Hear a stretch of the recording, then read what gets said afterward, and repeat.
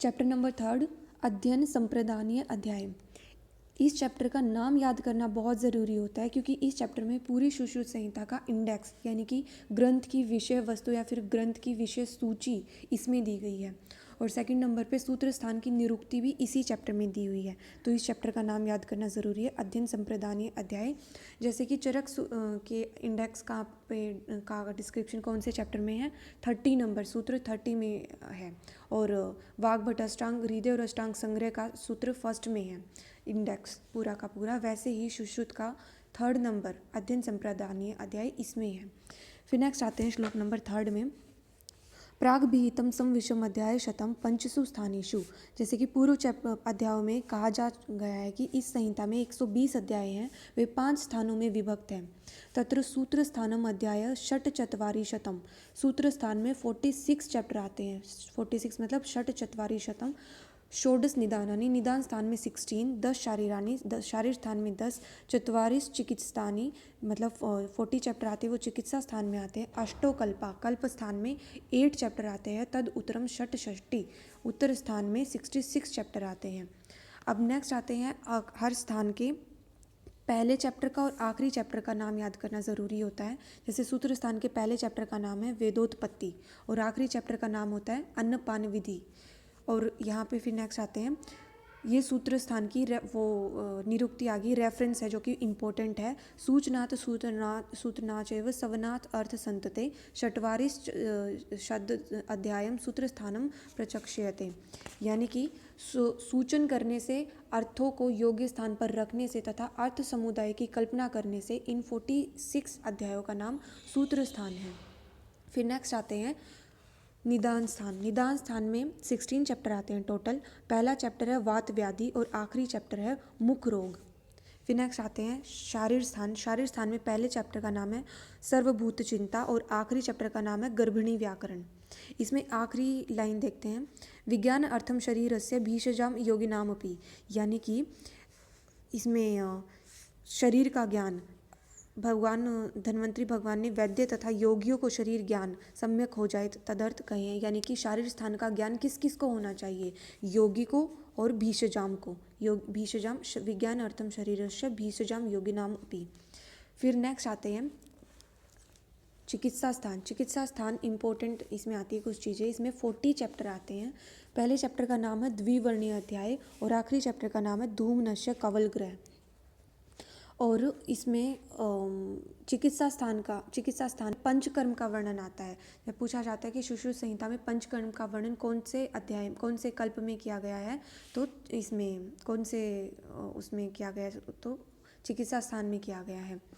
फिर नेक्स्ट आते हैं सुश्रुत संहिता में दिनचर्या का वर्णन कहाँ पे किया गया है, चिकित्सा स्थान में किया गया है। चैप्टर नंबर 24 अनागत बाद प्रतिषेधनीय अध्याय, 24 नंबर का चैप्टर है, इसमें दिनचर्या का वर्णन आता है। फिर रसायन वाजीकरण का वर्णन चरक ने भी चिकित्सा स्थान में किया है और सुश्रुत ने भी चिकित्सा स्थान में किया है। बस फ़र्क इतना है कि चरक ने रसायन को पहले माना है, फिर वाजीकरण का वर्णन किया है, और सुश्रुत ने पहले एक चैप्टर वाजीकरण का बताया है, फिर 4 चैप्टर रसायन के बताए हैं। क्षीण बलीय वाजीकरण। फिर नेक्स्ट आते हैं रसायन के चैप्टर, सर्वबाध शमनीय रसायन, मेधा आयुष कामीय रसायन, स्वभाव व्याधि प्रतिषेधनीय रसायन, निवृत्त संतापीय रसायन। फिर नेक्स्ट आते हैं इसकी चिकित्सा की पर्यायवाची, चिकित्सा स्थान के पर्याय हैं ये, प्रायश्चित, प्रशमन, चिकित्सा और शांति कर्म, ये सब परस्पर पर्यायवाची है। ये चिकित्सा के पर्याय हैं सारे के सारे। फिर नेक्स्ट आते हैं यहाँ पे विमर्श में देखना एक श्लोक आता है, संक्षेपतः क्रिया योगो निदान परिवर्जनम, यानी कि संक्षेप में हम वो कहते हैं चिकित्सा बताते हैं कि निदान का परिवर्जन करना ही चिकित्सा है। ये सुश्रुत उत्तर तंत्र पहले चैप्टर की रेफरेंस है, इंपॉर्टेंट रेफरेंस है ये हम कहीं पे भी लगा सकते हैं। जो 4th ईयर प्रोफ के स्टूडेंट्स हैं वो कहीं पे भी जैसे किसी की चिकित्सा लिख रहे हैं तो ये वहाँ पे श्लोक लिख सकते हैं। तो ये नेक्स्ट आते हैं कल्पस्थान। कल्पस्थान में सुश्रुत ने पूरे विश्व वाले चैप्टर्स का वर्णन यहाँ पे आता है। अगध तंत्र है जो, इसमें 8 चैप्टर्स हैं। पहले चैप्टर का नाम है अन्नपान रक्षा विज्ञान, नेक्स्ट चैप्टर का नाम है कीटकल्प, और इसमें मतलब सारे चैप्टर्स को देख के हम बता सकते हैं कि हाँ ये कल्पस्थान का ही चैप्टर का नाम है। जैसे सर्पदष्ट विश्व विज्ञान, जंगम विश्व विज्ञान, सबके नाम से ही पता चल रहा है कि कल्पस्थान का चैप्टर है। लेकिन दुदुम्बी सवनीय, इसे पता, नाम से पता नहीं चल रहा है, तो ये चैप्टर कई बार उठा के पूछ लिया जाता है ये कौन से स्थान का चैप्टर है। तो ये कल्पस्थान का 6 नंबर का चैप्टर है। ऊपर के एक चैप्टर में ऊपर लिख लेना खाली स्पेस में कि जो मिश्रक अध्याय है, मिश्रक अध्याय ये सूत्र स्थान में भी एक चैप्टर का नाम है और यहाँ पे भी 25 नंबर के चैप्टर का नाम है चिकित्सा स्थान में भी। फिर नेक्स्ट आते हैं उत्तर तंत्र। उत्तर तंत्र में 66 चैप्टर्स हैं और उत्तर तंत्र के पहले चैप्टर का नाम है उपद्रविक अध्याय, यानी कि व्रणों के ज्वर आदि उपद्रवों का विचार करने के लिए यह तंत्र बनाया गया है, इसलिए इस तंत्र के प्रारंभिक अध्याय को उपद्रविक अध्याय कहते हैं।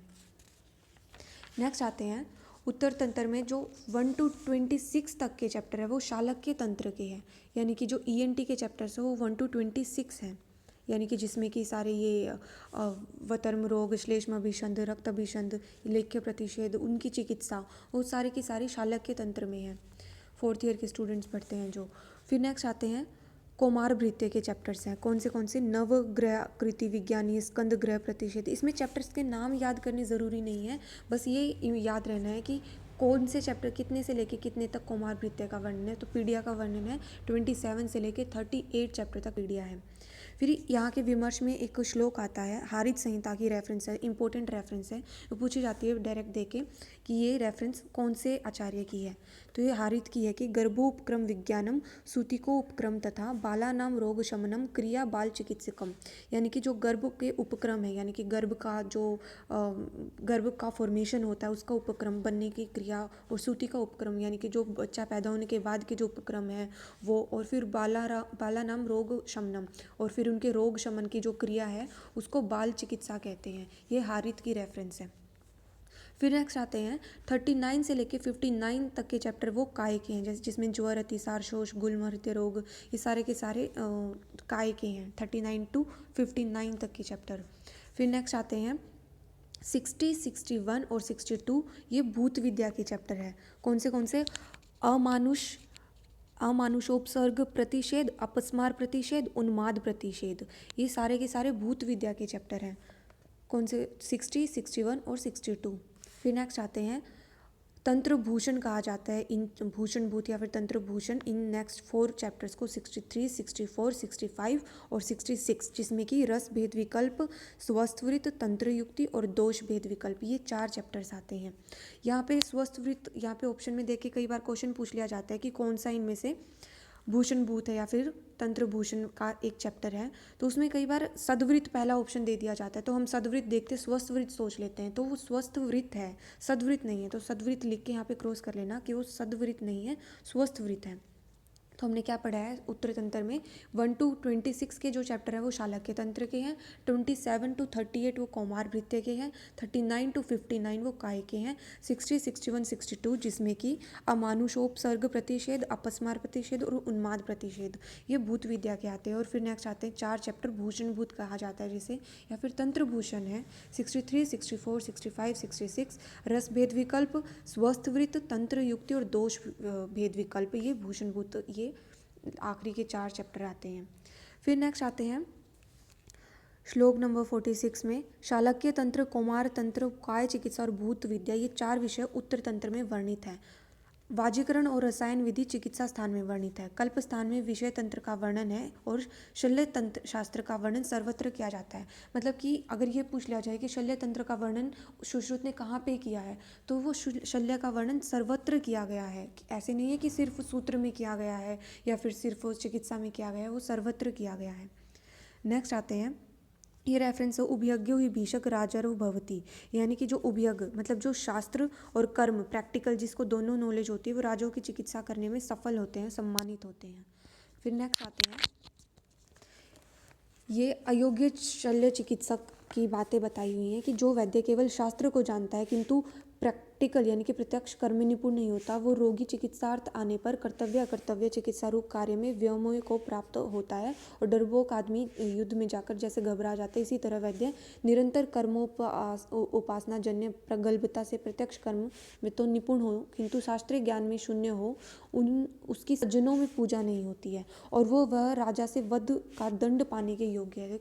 कितनी बातें बताई गई हैं अयोग्य शल्य चिकित्सक के लिए।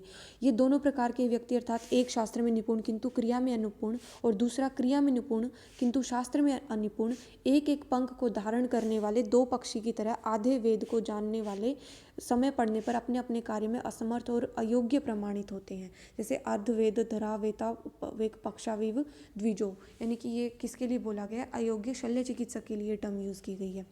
नेक्स्ट आते हैं, ये रेफरेंस है, यहाँ से क्वेश्चन आता है कि औषधो अमृत कल्पास्तु शस्त्र शनि विषोपमा, यानी कि अमृत के समान प्रभाव करने वाली औषधियाँ मूर्ख वैद्यों के द्वारा दी जाने पर शस्त्र शनि और विष के समान नुकसान करती है। आगे इसी में सूत्र स्थान के 12th चैप्टर में बोला, 12th या फिर 11th चैप्टर में बोला गया कि शस्त्र शनि विष और वज्र के समान नुकसान करती है। यहाँ पे 3rd चैप्टर में 3 शब्द बोले हैं, 4th आगे चैप्टर जाएगा उसमें 4 बातें बोली, उसमें वज्र को भी ऐड किया है। तो ऐसे इसलिए इनका परित्याग कर देना चाहिए, विवर्जित, ऐसे ऐसे वैद्यों का विवर्जन कर देना चाहिए। नेक्स्ट आते हैं, जो वैद्य स्नेहादिश्व अनभिज्ञ ये छेदाशिषु च कर्मसु ते निहंति जन लोभात कुवैद्या नृप दोषात। तो यानी कि ये पूछा जाता है कि प्राय राजा के दोष से ही कुवैद्य का जन्म होता है, यानी कि कुवैद्य का जन्म क्यों होता है? राजा के दोष से होता है। क्योंकि पहले जो होता था, पहले के टाइम में राजा के ही अंडर सब कुछ आता था, तो वो राजा का ही रिस्पॉन्सिबिलिटी बनता है कि वो ऐसे ऐसे वैद्यों को ना ही राज्य में पनपने दे। तो राजा के दोष की वजह से कुवैद्य की उत्पत्ति होती है।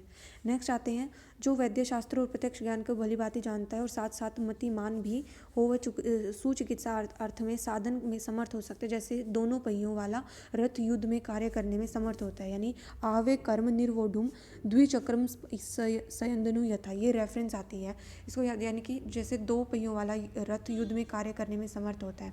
तो 2 चक्कर वाला कोई भी रेफरेंस आए याद कर लेना, वो 3rd चैप्टर में है। फिर नेक्स्ट आता है, इस श्लोक में बताया गया, श्लोक नंबर 54 में, कि कैसे कैसे अध्ययन करना चाहिए, अध्ययन विधि बताई गई है। इसमें पढ़ लेना, कुछ ज़्यादा इंपॉर्टेंट नहीं है। ये है कि पदम पादम श्लोकम वा, यानी कि पद और पहले पद और फिर ऐसे पहले पद पढ़े, श्लोक का एक छोटा भाग होता है पद, और फिर पाद श्लोक का चौथा भाग होता है, फिर उस पूरा श्लोक पहले पद पाद और फिर पूरा श्लोक, ऐसे पढ़ना चाहिए। फिर नेक्स्ट आते हैं, ये शौच स्नान आदि से पवित्र गुरु दक्ष तंद्रा और निद्रा से रहित होकर जो छात्र विधि से पठन करता है वह शास्त्र में प्रांगत हो जाता है। ये यहाँ से क्वेश्चन नहीं आता है। बस इतना ही। Thank you.